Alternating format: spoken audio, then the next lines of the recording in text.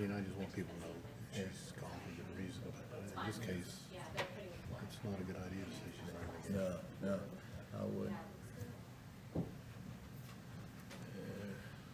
Okay. We're ready.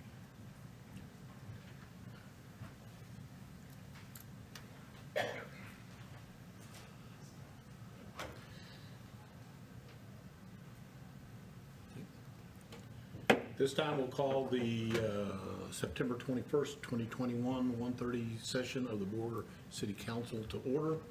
Chair recognizes the presence of a quorum. Please stand for the Pledge of Allegiance. Remain standing for the occasion. I pledge allegiance to the flag of the United States of America and to the republic for which it stands, one nation, under God, indivisible, with liberty and justice for all. You bow with me at this time. Our gracious Father in heaven, we thank you again for this day which you have granted us. We thank you for the opportunity that's granted this council to serve the citizens of Borger. And we pray, dear Father, that you will bless us with the wisdom to make the right decisions. Yes. Father, also we want to thank you for all the employees that work for the city and everything that you have blessed the city with. We continue to ask your blessings to be upon us. In Christ's name we pray. Amen. Amen. This time, we'll take questions or comments from the citizens. I see none, so we'll move on to item 5, the city manager's monthly report. So as I've been doing, we'll kind of start with the finances. We have a pretty good picture of our year end to date now. We're just have 2 weeks left in the current fiscal year. So right now, the general fund's revenue is up about 2% with still about a month of revenue collection to go. Of that sales tax, and we have collected all of our sales tax revenue, so we know what our final figure is going to be for sales tax. Sales tax was up 8% this budget year over last. That's above it's 8% above our budgeted amount. So it's up about 12% from last year. So that is $272,775 more than what we budgeted. So we've been talking about the importance of sales tax and how that helps offset our property tax rate. And to kind of put that in perspective, that amount is worth 6 cents of property tax rate. So I think we're doing quite well on revenue. The expenditures are down 17% below our budgeted amounts. We've been kind of talking about why exactly that is. Of course, part of that is the PD salary line item is about $80,000 under budgeted amounts because of their shortage. Fire department is $250,000 under budget because of their staffing shortage. We did budget for that CAD purchase, which hasn't been made yet, which is $547,000. So with our revenues up and our expenditures down, the general fund's looking like it's going to end the year with about $2.7 million to the good to add to the fund balance. Of course, we have budgeted some of that to be transferred into our capital funds for next year to offset debt cost. In the water sewer fund, revenues are up a total of 10%. That's $1.2 million over budgeted amounts. The largest portion of that is Phillips 66. Their water revenue was up 56% over their budgeted amount. So they have already bought more than $4 million worth of water from the city this year. Tokai and Orion were both up 5% over their budget amounts. Nutrien was down 15%, but if you remember, they were shut down for 2.5 months with their big project out at the plant, so that's really not uncommon. Expenditures, water sewer wide, were 10% under budget, which is $1 million under budget. So when you add the $1 million less expenditures and the $1.2 million over revenue, the total surplus in the water sewer fund's looking like it's going to finish the year about $2.2 million to the good. I will continue to reinforce the fact that positives in the water sewer fund are only short-term positives. And if you remember, we have a little over $4 million in capital projects budgeted in the water sewer fund for next year to expand those water resources. So that's not necessarily money that's just available for whatever. You know, we're going to continue to invest in our water infrastructure. Hotel occupancy finished well above the 5-year average, so we definitely have finally recovered from that. Even last month's revenues were still staying pretty solid, which is a definite benefit and good indicator for our economic growth, and of course for the dome project that's being funded largely from that.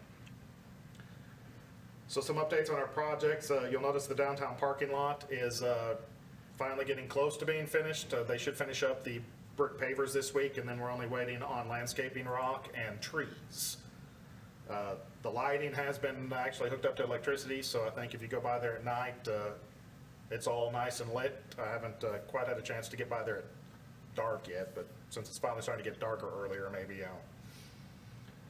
I'll get down there. We were also notified through the Panhandle Regional Planning Commission that we are in funding range for the Downtown Revitalization Grant number 3 that we applied for.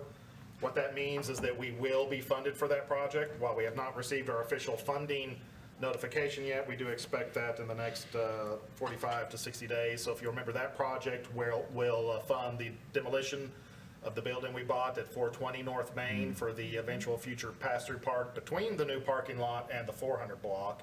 It's also going to replace a significant amount of sidewalk and curb in the 700 block of Main.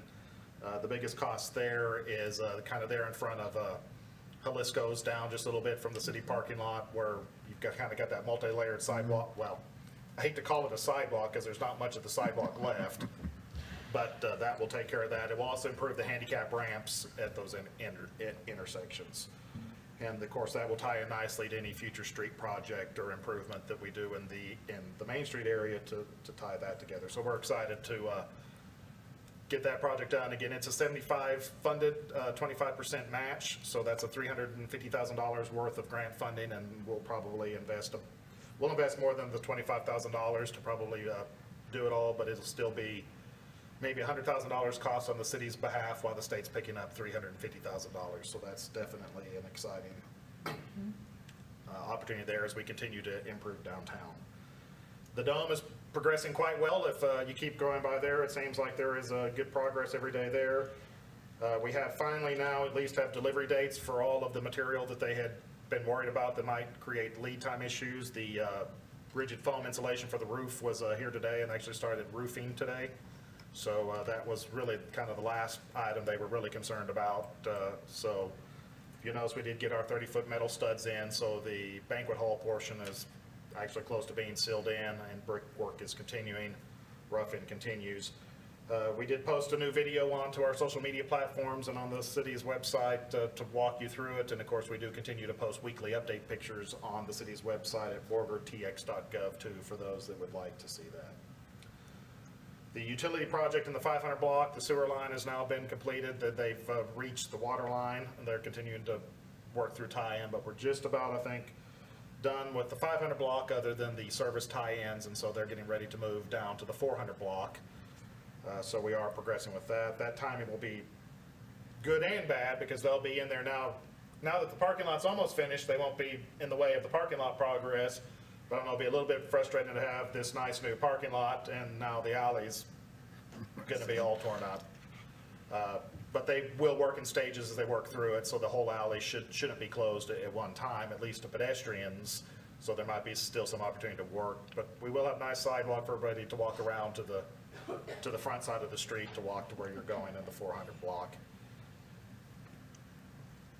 We have continued to work on our master drainage plan. That's another grant project that, that's been funded, so they are continuing. They have now identified and mapped all of the storm drainage infrastructure in the community. So they're working on their in-house hydrologic and, the fancy engineering part of that to determine, where the water's going, how much water's going where, and what those things are. So that is progressing. And we actually have started with the budget's approval. Park Hill's also been working on the northwest well field expansion, the 2 new water wells up there. They're currently identifying test hole locations to go drill some test holes before we determine where those well site locations will actually be. So in the police department, their 2 new recruits started last month, so we're glad to have them on board, and they're in the middle of their 3-month field training program. Their police vehicles are actually at the dealership now, so finally, almost a year later, about to have those completed. Of course, COVID does continue to create some, especially vehicle supply chain issues. So in the fire department, they are, so after the council's action last week, they are transitioning for getting ready for Bob's retirement at the end of this month, and Mike's starting there. I'm sure that Bob is throwing everything he can at him right now. So I'm sure there is a steep learning curve there. They're also getting ready for Fire Safety Week, which is the week of October 3rd through 9th. So I encourage everybody to kind of keep tabs of the city's social media sources and the fire department's social media sources for some updated event postings on that. They have a fire extinguisher training plan for October 4th. Then on the 5th, they're going to have a open house at the fire station, so you can come down and see that. They're going to have games, tour the station, scavenger hunt, the kids' obstacle course, those things that kids really generally tend to enjoy. So we hope the community comes down with that. And then on the 8th, they're going to do movies with trucks. So they'll have our big movie projection screen inside the engine bay, so you can come watch a fire-related kids movie and amongst all the fire apparatus. So we hope that will bring some awareness to Fire Safety Week and get some people exposed to our fire department. So like I said, if you just keep up on our social media channels for that. Emergency management continues to work with the progression of the radio system. If you've noticed, our equipment building is now on site at the radio tower location, so our antenna infrastructure at the top of the tower. So we're getting closer to that. We're just about ready to get power hooked up over there. Because of our radio system, our CAD implementation has been moved up to kind of tie into that. So the radio side put a little pressure on the software side, so that's moving pretty good. And of course, they do continue to work facilitating what state requests are needed as our hospital and everybody else continues to respond to COVID. Our positive numbers and hospitalization rates are still up. However, it does look like we might have reached the peak finally. But we do still encourage everybody to take common sense, personal protective measures. And again, there are plenty of vaccines available in the community for those who believe that that's the best way to protect themselves, so you can reach out for those. Client development's been pretty busy with plats and potential development. One of those is on the agenda today. You're likely going to see another one at our next meeting. So we do continue to work with Tractor Supply, Texas Tea, and the EDC on those. We are continuing to work on the Unified Land Development Ordinance. I know that you might have kind of forgotten about that since it's been a while since we've done that, but we have received Module 2 for staff review, so the council and the public will probably get their first look at that later in October. So we're about to reach out that public engagement and get back with that. Public Works has had a pretty busy month too. I know most everybody knows that we've done our seal coating project for the year. Appreciate everybody's patience and understanding with the loose gravel. It's just kind of one of the side effects to doing that. I would just kind of like to remind everybody that the alternative to chip sealing is to mill and overlay, which costs 10 times more than it does to chip seal. And so I think now, once it's kind of been pounded in and we've got the loose rock cleaned up, I think the final product looks really good. It's definitely an improvement in those areas. I do know for the first week it can be a bit of an inconvenience, but the final product with the coated chip I think definitely looks well.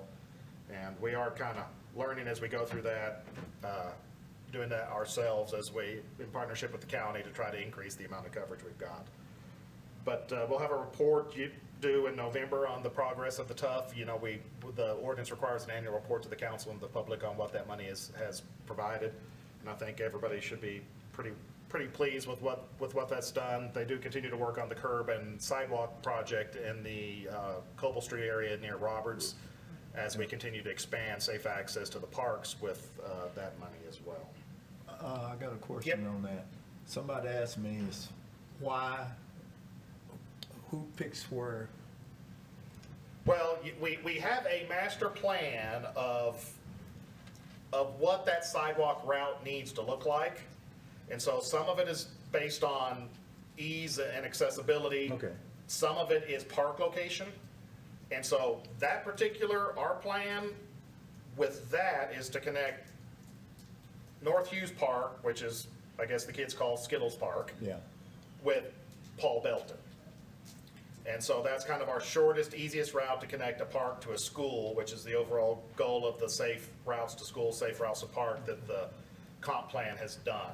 So with Skittles being one of the higher used parks, because it does have newer, nicer equipment, that's kind of where we chose to start. Okay, that's fine.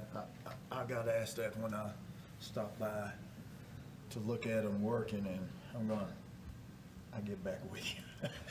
Well, if you look at if you see our master route, the biggest reason is because Coble, we can go all the way and hit Third. And so Coble is one of the easiest streets, and so Coble hits a park and a school before it gets to the existing sidewalk infrastructure kind of at Third. And so with the state, TxDOT is in the early stages of planning a sidewalk project which will put sidewalks down Cedar Street.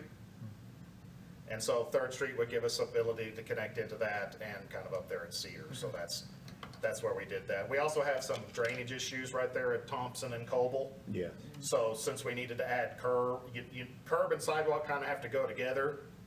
So that also kind of prioritized those two blocks at least to start with. But you'll also notice we did in this budget year, we completed the sidewalk on K Street to connect K to Florida. And of course, that was prioritized. It was short, so it wasn't much money, but now that gives a complete sidewalk all the way around the middle school, intermediate school, all the way back down to Crockett and Gateway. Other questions on Tough or those projects? Good. Public Works also did finally get their trash truck that we've been waiting for almost a year. So they've been working on getting that put into place. That's, I think, a big positive. Would like to kind of, as the summer and the growing season is finally coming to an end a little bit, I would like to go ahead and just reiterate the appreciation to the Parks Department and Code Enforcement and the Fire Department for maintaining the clover leaf throughout the year. Oh, yes. Yes. Yeah. And a lot of other areas. And approaches, yeah. The mitigation crew, their sawyers were out there working on trees today, and they've continued to done that. It is definitely, I'm starting to get more public comments on those high traffic areas, especially West Wilson, the Cloverleaf. One of the comments that I heard was that it's the best the community's looked in 20 years. And so I just want to kind of reiterate that, especially to our employees, that their work is being noticed, even if maybe they're not told so all the time. But I do think that that's been a good thing. And we did finally close another successful summer at Johnson Park. For those that didn't know, the lifeguards did receive their world-class rating from NASCO this year for their performance out there. So that is the highest rating that the National Aquatics will give a lifeguard cadre. So, we do pride ourselves in that and offering a safe, fun, and secure position. So, people as they go out to the swimming pool can always rest assured that, we are, in addition to looking out for their fun, we are looking out for their safety as well, too. So in utilities, I do want to continue to just kind of thank especially the sewer department, who is continuing to vacuum out this manhole in the 6th Street every day while we're working down that line. So I know that they're glad to see that that progress.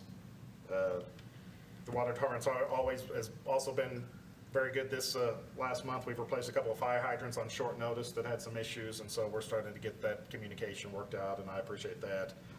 And I did get a pretty good comment on Derek Schilling, our water maintenance supervisor. A happy citizen called him the water line whisperer. I'm sure that some of that comes with anybody that's worked that long in the department, but they apparently he saved them a lot of time from having to locate or mislocate or misdig in their projects. So. That definitely was noticed, and I think something that we can recognize for. And of course, we definitely appreciate the hard work of all the staff and all the departments on a daily basis. But that is pretty much what has happened in the last month and a little bit about what's coming up. But I'll entertain any questions if you have any more. Sounds great. Thank Sounds you. great to me. Okay. Moving on to the consent agenda, I want to draw the council's attention. We're not going to take action on item 11. The city's attorney, Angelique, has not had a chance to totally proof it, and any ordinances we make is always reviewed by the city's attorney, just as a normal. And she did warn me that she might not get to it, but I took the chance and put it on the agenda just so that we'd have the flexibility either way. So I don't necessarily want that to reflect bad on Angelique. Yeah. You know, we definitely appreciate her work, and it's not a problem. It's just a, Yeah, as due process, so we want anything that, like that reviewed by her. So we're looking at items 6 through 10 and 12 through 13. Most of these we have seen in work sessions or budget sessions, but I'll give you a second to see if you want to draw any of them up. Or are you ready to proceed? Good. Okay, I'll entertain a motion on items 6 through 10 and 12 through 13. I'll make a motion, we approve consent items 6 through 10 and 12 and 13. Second. Okay, motion's been made. All in favor? Aye, motion carries. Item 14. Consider and take action, appropriate action on Resolution R-031-21, denying SPS's February 8, 2021 application to increase rates. Mr. Edwards. Hey, good afternoon, council. It's been a few meetings since I've had the opportunity to speak with you in an official capacity, so I hope I haven't forgotten how. So, I bet you haven't. as you know, SPS on or about February 8th filed an application, an intent to raise rates.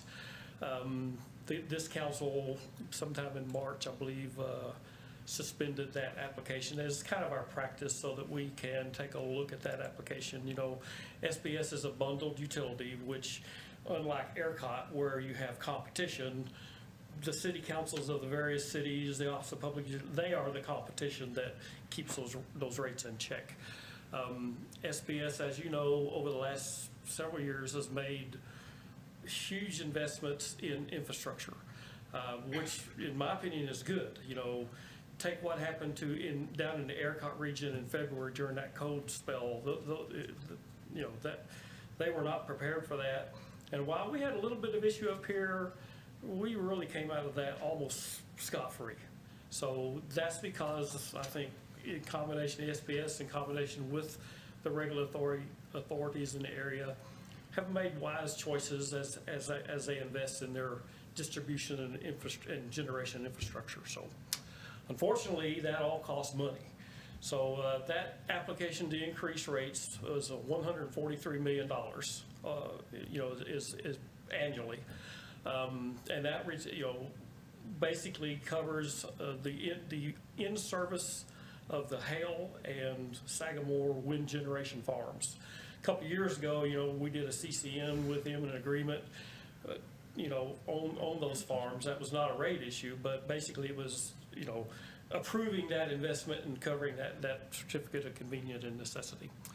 So that is all coming due, and so, you know, the importance of investment, though, I can't stress that enough, is because of the service they generate. You know, you know, we didn't have large scale outages. There were some, but very little.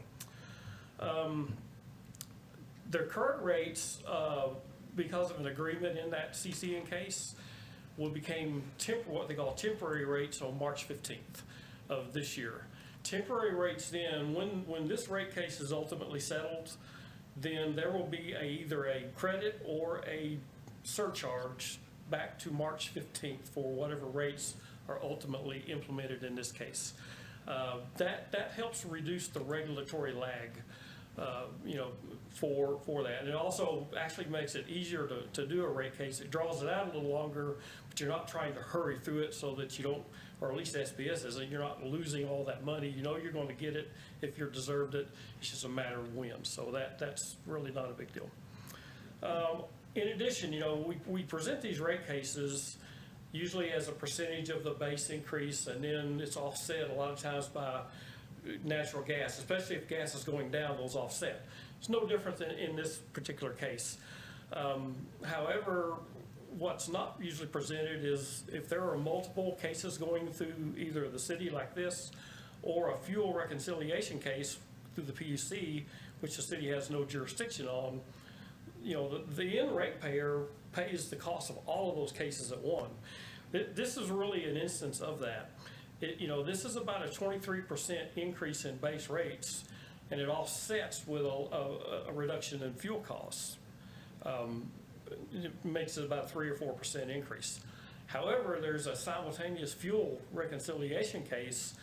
The fuel factor and other factors in the current case have produced a $100 million shortfall in the current rates of what they are. So when you add those together, and there should be a chart in there that looks kind of like that. I have a paper version for you guys if you'd like to have it. Basically, it's still going to be about a 12.5% increase to the ratepayer, the average residential ratepayer that has between 1,000 and 3,000 kilowatts per hour, per month. And then on your small businesses, about a 10 to 11% increase is the bottom line on that. So it's a significant increase for do that. By law, council has to take action on this by September 31st. Although that deadline in the last 2 or 3 days has been extended to the end of October because some of the cities were having trouble getting it on their agenda. But, obviously, we're going to go ahead and take action on that today. But the recommendation is to go ahead and deny the rates. Our rate case consultants have looked over all the numbers, and SBS has not really justified the $140 million increase. I don't know what that ultimately number will be. They do deserve a significant increase, but it's certainly not $140 million. With that said, we'll deny the increase. All the rest of the steering committee cities are going to take the same action. Frankly, and it's what SBS is really wanting us to do, so they can combine all these together at the Public Utility Commission and to come out with uniform rates. Okay. So that's how that will happen at that point in time. So I gave you a lot of information in the memo. I tried to keep it as short as I could. Be glad to answer any questions that you might have about any of that information there if I can. Usually, this comes up on an annual basis, right? Well, here recently, because of the amount of investment that they are making in there, they do. Because unlike the city, like when we budget for water, give you a great example. We look at what we need from a budgetary standpoint, and we set our rates accordingly. Mm-hmm. The electric and the gas industry, they look behind them. Okay, that's the reason you hear terms like regulatory lag. They have a test year that is of actual numbers. They bring that to the rate, so from the time of the end of that test year till the time they get those rates implemented, that's the regulatory lag, and they're losing money during that period of time, or not really losing money, but they're not making the kind of revenue that they need to. When you get into terms like return on equity and capital debt structure and things like that, that's why it was always in a hurry. That's why the temporary rates, establishing that early, made it a much slower, smoother process. So. I do think you're going to see these regularly, just because of the time it takes to get through them. And Excel for the most part has indicated that that it takes about 14 months to 18 months to fully. Well, this one process. is figured. This one was filed in February. This will likely not be settled until March. I would be very surprised if it is, because even once we come to an agreement with SBS, you'll see all the different classes. In fact, I'll just pass this out if you'd like me to. Well, it's not on there. You got all the interest. You got the cities and our primary responsibility is the residents. We not only want the best value, but we also want that investment because we want the service. We don't want to go hours and days with no electricity, whereas your big industry, they really care about the bottom line. This is an expense item to them. They could care less about the investment. They want to know what's the cheapest thing they can get it for. So you have a lot of different people that intervene in these cases and they all have different objectives, but most of the time we come all together pretty good. So. Do we have any feel on SPS's, how much is wind and how much is natural gas? Natural gas. I've been told wind now is about 30 to 40% in that area. You have your coal plants or your base load, 15 to 20%. You have your wind and your natural, and gas is that's what they balance things with, you know, is the way that works. But I'm thinking wind is up around 30 to 40%. Okay. And as I Yeah. recall. Don't hold me to that number. I think that's just a number that I'm Yeah. remembering that somebody told me that at some point in And time. last year, gas was relatively cheap, but I'm seeing that it's going up. It's on It its is. way up. In fact, the rates that were set that are in this number produced a $103 million shortfall in natural gas. Okay. Over that period of time, whatever the length of time that was, I'm not sure what it is. Okay. Anything else? No. Nope. Okay, I'll entertain a motion on item 14. I move that resolution R-031-21 denying SPS's application to increase rates filed on or about February 8th of 2021 be approved as submitted.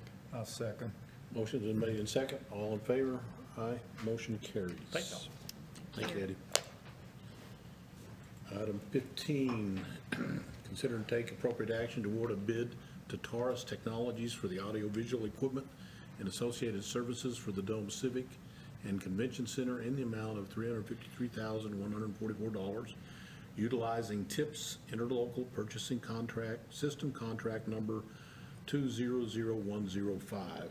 Mr. Spradlin. So it's kind of exciting to me that we're finally to the stage to where we have to take some of this action on fixtures, furnitures, and things like that. But this is all of the AV needs for the entirety of the dome and the installation services. So, you know, if you kind of went through the memo and some of the list, I mean, this is quite extensive. I mean, it's not cheap, but it is an extensive list of equipment. This includes laser projectors in the ballroom. Laser projectors are the newer projectors that don't use light bulbs, so we don't have to go up there and change projection bulbs on a regular basis. They're a little more expensive than the regular ones, but keep in mind, a bulb for a big projector like that can be $2,400 every 8 to 14 months, depending on how much it's used. So we're definitely trying to, you know, buy equipment that provides long-term value, you know, over time. We've added a lot of automation in this system so that the facility can operate with as few people as possible. You know, we don't necessarily want a staff member to be there unless they have to be there. So the sound is set up to kind of know. There are sensors in the dividing panels of the ballroom, so it knows when the ballroom is divided and automatically separates the speakers so that you don't have to reconfigure something in the back office. It's got the scheduling monitors to show you what's scheduled in each room, so you kind of know where it's going.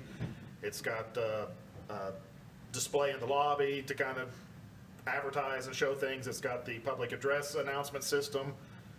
We definitely wanted that in there, especially during the pandemic and some of our vaccination events. If they had been in this facility, that would have given us an opportunity to give instructions over it, or if you've got a big convention, things like that. It includes portable AV setups to either be used in the dome or in any of the common areas. It includes video conferencing technology so that the smaller rooms or the ballroom can be set up for video conferencing for remote speakers or training or whatever you have. We've definitely tried to think, you know, the council gave us the goal, you know, in the very beginning of this project to make it as usable for as many different types of events as possible. And that's what the goal of some of this is. We have used Taurus before. They did the technology in the police and fire department training rooms. And for the most part, that stuff's fairly easy to operate. It still is working, as far as I know, pretty well if you can operate it. And Chief.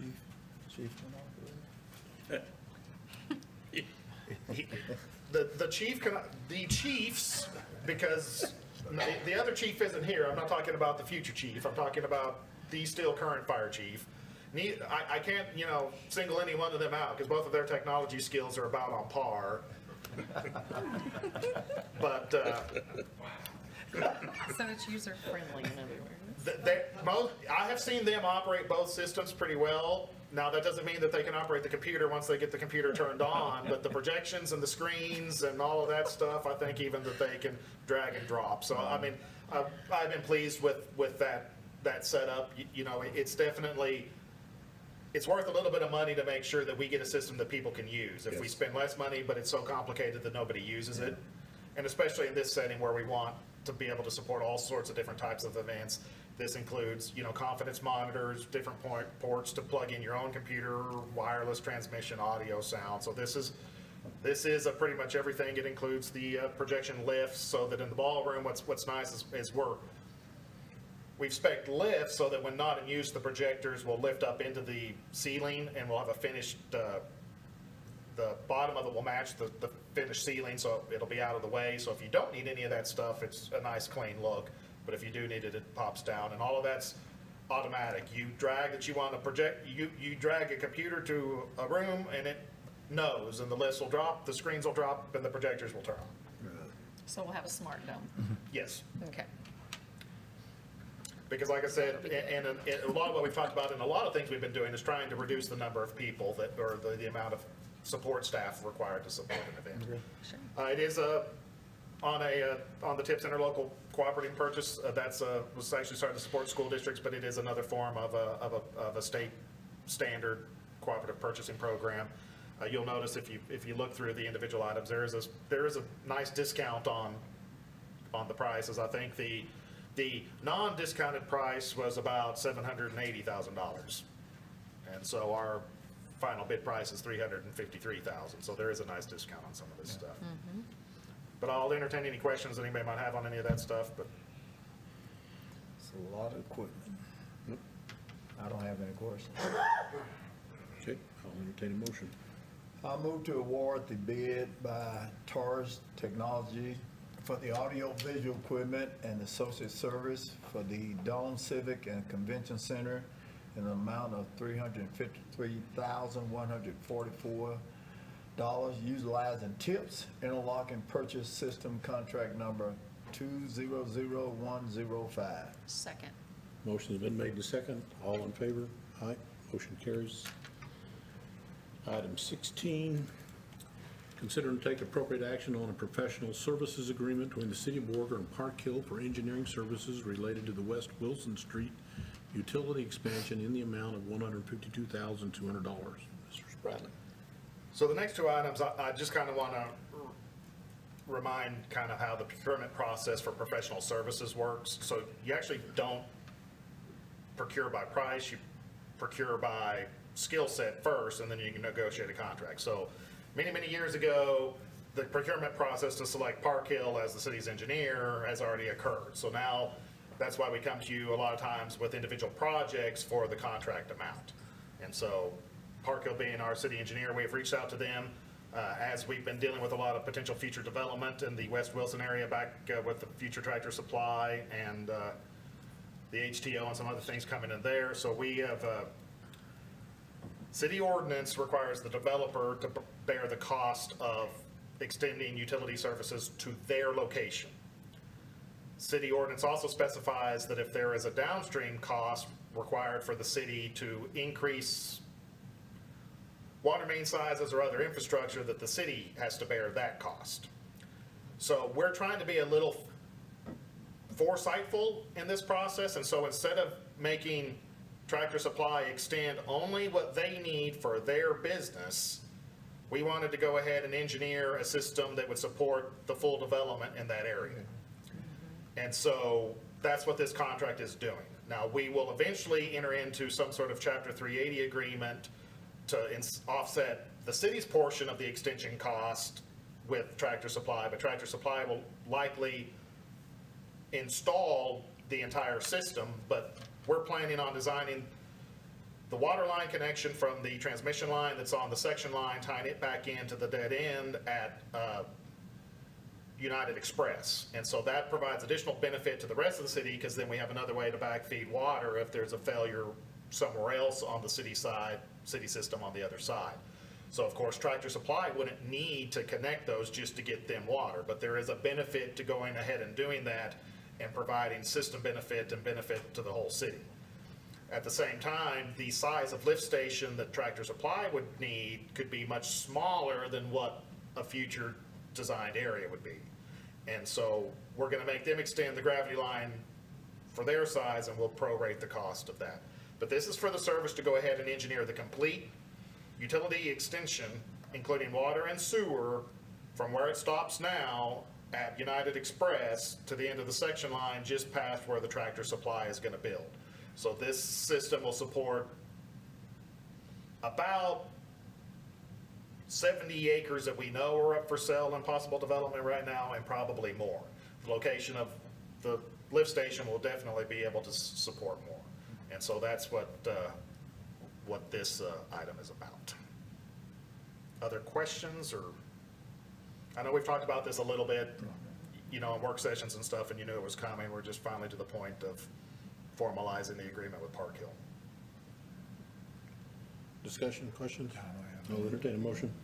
I move to approve the professional services agreement between the City of Borger and Park Hill for engineering services created to the West Wilson Street Utility Extension Project. Second.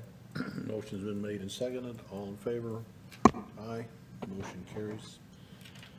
Item 17, consider and take appropriate action to approve a professional services agreement between the City of Borger and Park Hill for the 10th Street reconstruction project in the amount of $925,825.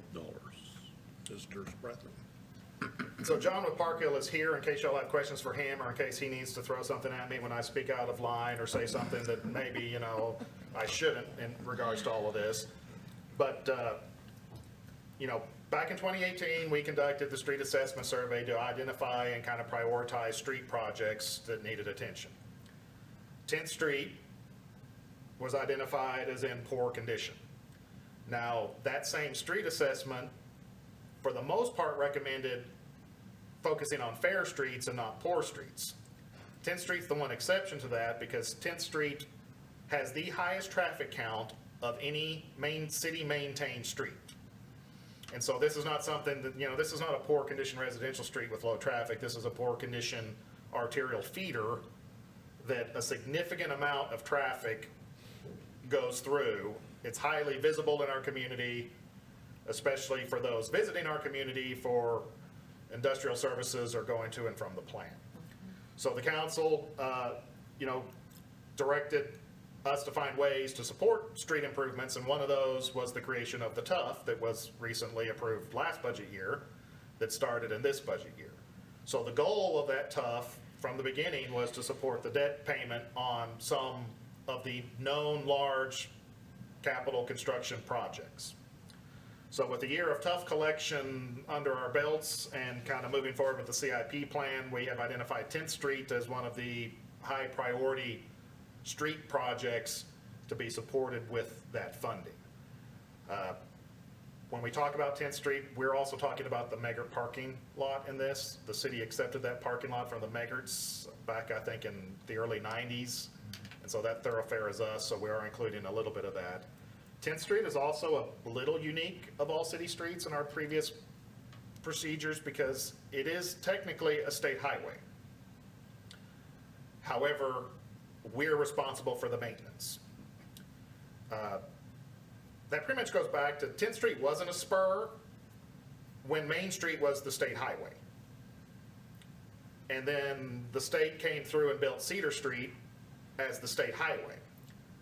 So the state needed to put signage up to direct people how to get to their new state highway because people were used to going down Main prior to the late 50s.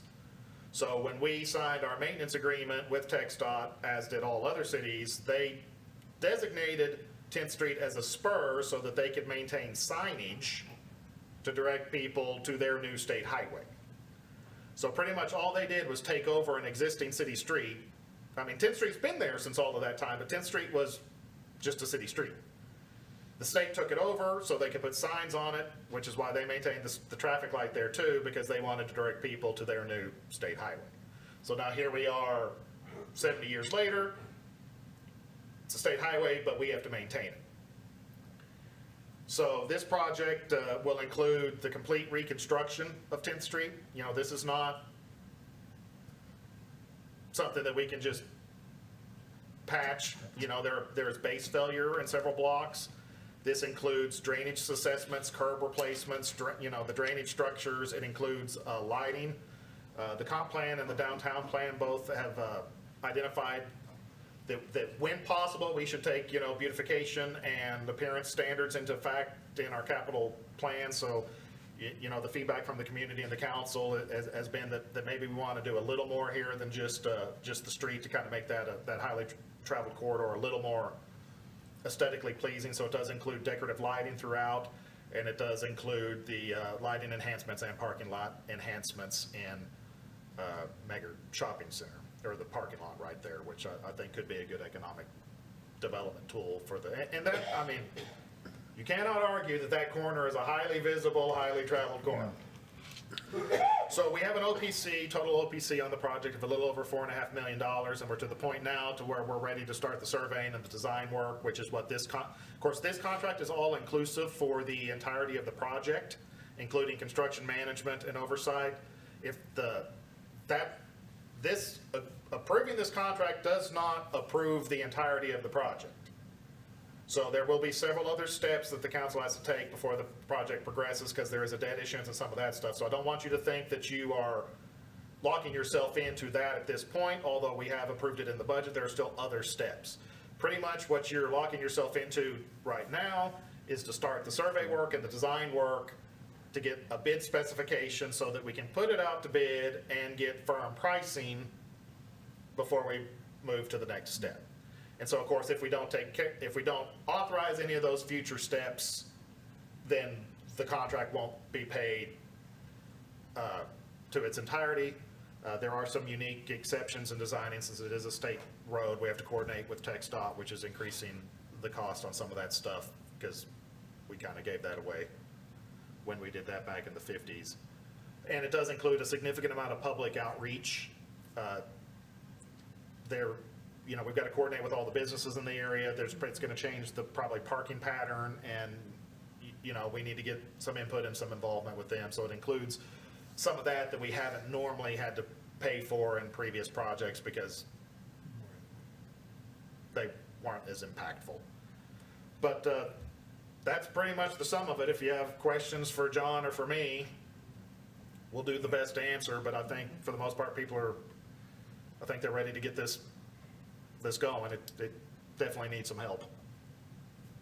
I don't have any questions. Now, this is the planning, and planning's not a place to make a mistake. Because if you leave out one business on there and they can't get access, and their access will be greatly inhibited once we start doing this, we need to have talked to them, and there's lots of utilities. This is not just putting new pavement down. This is a big deal, and it's expensive. Yeah, and I think that's the best point, and I kind of said it earlier, but I will reiterate this. This is pretty much a reconstruction of that entire street. All infrastructure related to it. We are, for lack of a better terms, building an entire new streetscape. And this includes all the all the parking, essentially. It's a complex mission.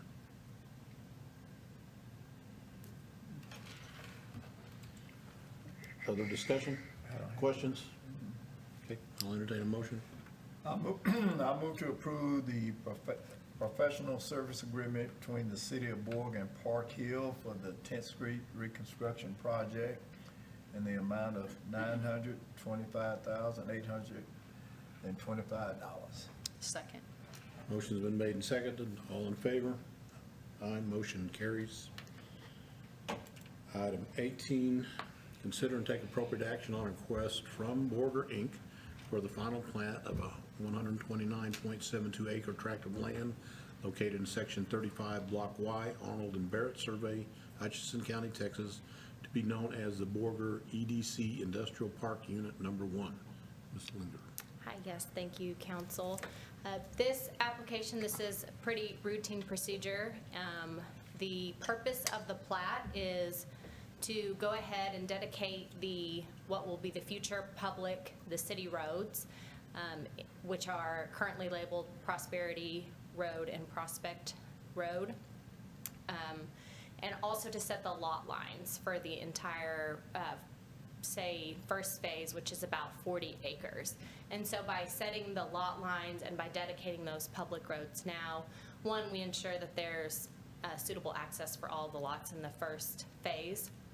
And it also allows a business to come in and go ahead and purchase an individual lot that's already been platted, rather than that business themselves needing to go through the platting process when they're ready to purchase a piece of land out there.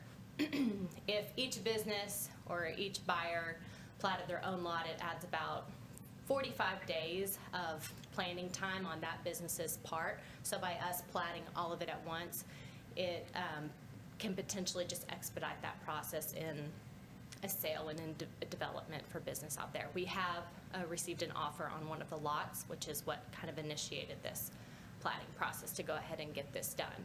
And so I believe the council will be reviewing that at your next meeting. I'm happy to answer any questions you have regarding the plat. And Garrett, anything you would like to add? Like, this is a little different from what you're used to seeing, because this is a true subdivision plat. You know, the EDC was previously platted, but it was not platted in subdivided lots. And so that's what we're doing here.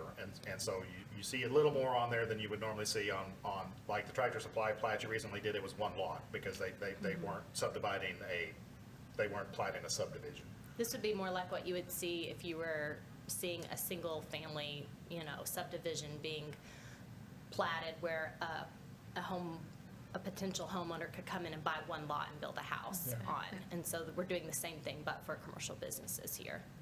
And if they needed to, they could file for a new plat if they wanted to. If someone wants something different than what we have platted, if a business comes along, number one, they could buy multiple lots. They don't have to just buy one lot. If they need more than, say, 3 or 4 acres, and we've generally platted the lots in 3 or 4 acre tracts, they could buy multiple lots. Or if they wanted to kind of carve up one lot, take half of one, they could replat at that time.